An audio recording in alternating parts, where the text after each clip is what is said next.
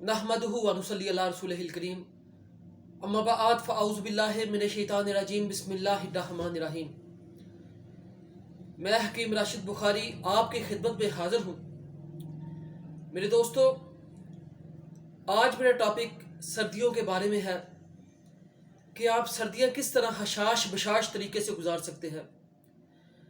Topic शुरू करने से पहले मेरी नई आने वाले दोस्तों से गुजारिश है, बराए मेहरबानी मेरे चैनल को सब्सक्राइब कीजिए, वीडियो को सदका जारिया समझकर ज़्यादा से ज़्यादा लाइक शेयर और कमेंट कीजिए और बेल आइकन के बटन को लाजमी प्रेस कीजिए ताकि मेरी नई आने वाली वीडियो आप तक पहुंचती रहे।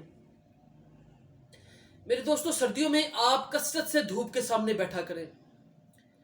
धूप के अंदर विटामिन डी होता है। जब आप सर्दियों के अंदर धूप के अंदर बैठेंगे तो मेरे दोस्तों आपके जिस्म को वाफर मिकदार में विटामिन डी पहुंचेगा। विटामिन डी ना सिर्फ आपकी हड्डियों को मजबूत रखता है, मेरे दोस्तों आपके जिस्म के अंदर ब्लड फ्लो को भी कंट्रोल करता है। इसके साथ साथ मेरे दोस्तों विटामिन डी आपके मिजाज को भी खुश रखता है, आपकी तबीयत को हशाश बशाश तरोताज़ा रखता है। इसलिए सर्दियों के मौसम में हीटर का कसरत से इस्तेमाल करने की बजाय मेरे दोस्तों आप सूरज की रोशनी के अंदर बैठा करें।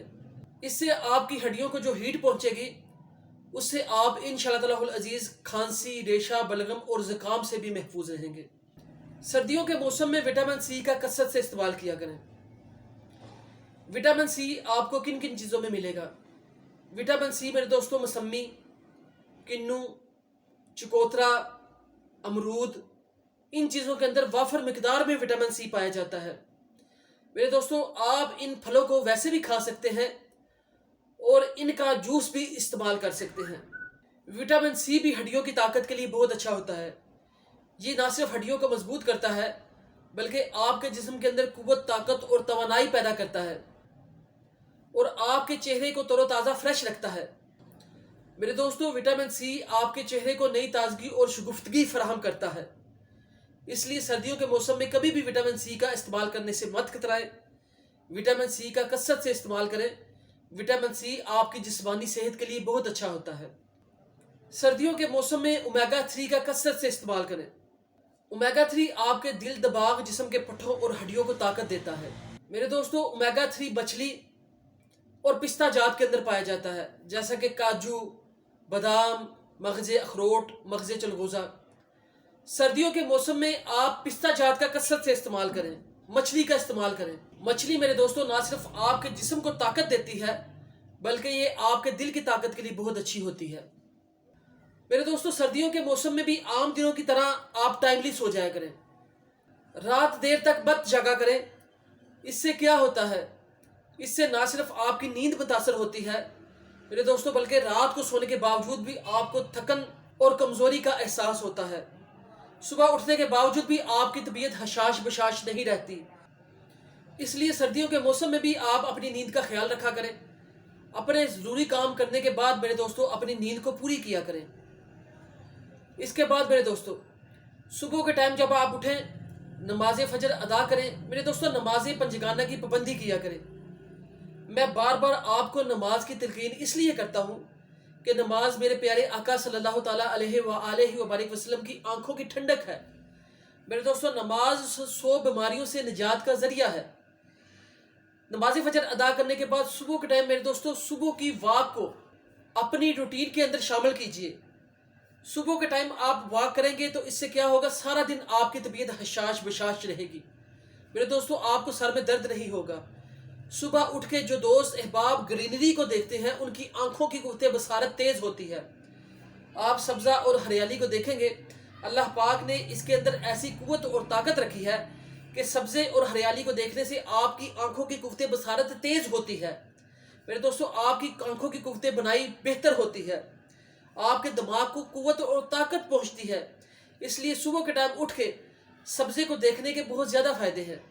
बल्कि आप जब सुबह के टाइम उठें तो अपने पाँव के अंदर से चप्पल उतार के मेरे दोस्तों सब्ज ग्रीनरी घास के ऊपर वॉक कीजिए।